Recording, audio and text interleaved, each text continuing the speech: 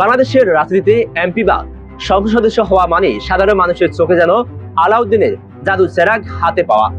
একবার কোনো মতে এ চেয়ারে বসতে পারলেই হলো। ক্ষমতার দম্ভ, সরকারের প্লট, শুল্কমুক্ত দামি গাড়ি আর শত শত কোটি টাকার টেন্ডারবাজির লাইসেন্স যেন আপনা আপনি মিলে যায়।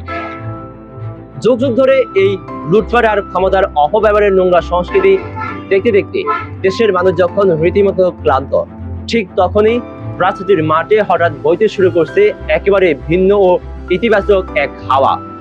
আমাদের জাতীয় সংসদে বর্তমান সরকারি দলের অধিকাংশ এমপির নামের পাশে শীর্ষ ঋণ খেলাফি বা ব্যাংক লুটারার মতো ভয়ঙ্কর তকমা লেগে আছে। ক্ষমতার অপব্যবহার করে জনগণের আমানত লুট করে যারা বিদেশে বেগম পাড়া করেন, তাদের কাছে রাজনীতি মানে শুধু পকেট ভারী করার এক লাভজনক ব্যবসা।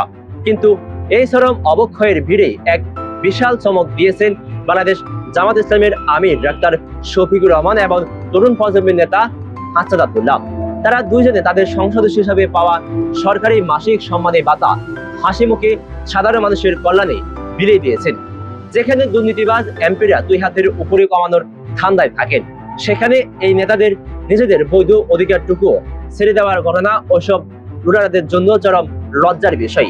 ডাক্তার শফিকুর রহমান পেশায় একজন অত্যন্ত সফল চিকিৎসক।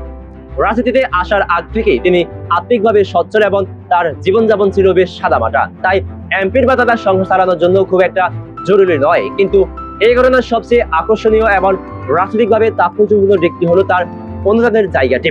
তিনি এই টাকা নিজের দলের কোনো ফান্ডে বা সাধারণ এতিমখানায় দেননি। তিনি এই পুরো টাকাটা দিয়েছেন কওমি মাদ্রাসায়।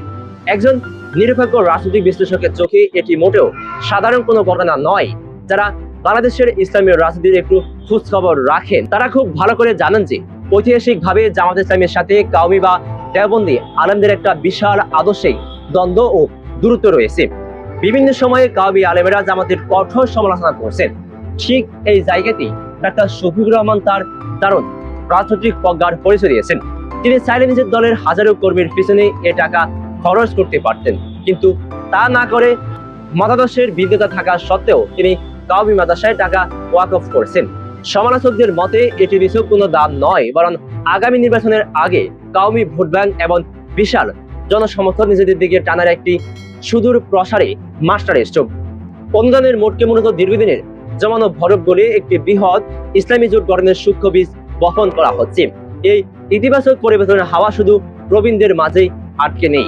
তরুণ প্রজন্মের নেতা হাসান আব্দুল্লাহ তার এমপির ভাতা সমাজের সবচেয়ে অবহেলিত বেদে সম্প্রদায়ের শিশুদের জন্য ব্যয় করার ঘোষণা দিয়েছেন, যারা যুগে যুগে সমাজের মূল স্রোত থেকে বিচ্ছিন্ন, যাদের দিকে কেউ ফিরে তাকায় না।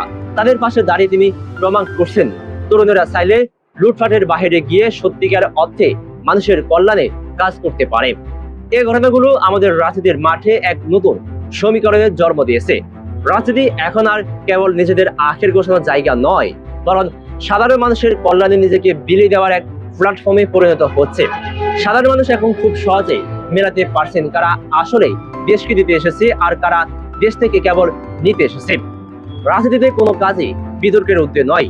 ডাক্তার শফিকুর রহমানের এই উদ্যোগকে কেউ কেউ বলতে পারেন এটা ভোটের রাজনীতি বা সুকৌশলী বিনিয়োগ, কিন্তু সাধারণ মানুষের হিসাবটা খুব সহজ ও বাস্তবসম্মত।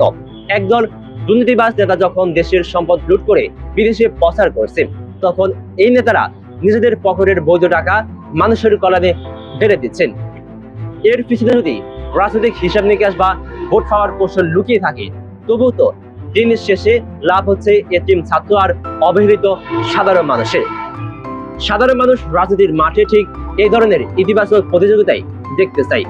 লুটপাটের নোংরা সংস্কৃতি বাদ দিয়ে নেতারা যদি জনগণের কল্যাণে নিজেদের বিলিয়ে দেওয়ার এই ধারা অব্যাহত রাখে, তবে তা নিশ্চিতভাবে আমাদের একটি নতুন ও পরিচ্ছন্ন বাংলাদেশের স্বপ্ন দেখায়। দর্শক, আপনার মূল্যবান মন্তব্য কমেন্টে জানান, আর এই চ্যানেলে নতুন হয়ে থাকলে সাবস্ক্রাইব করে আমাদের সাথে থাকুন।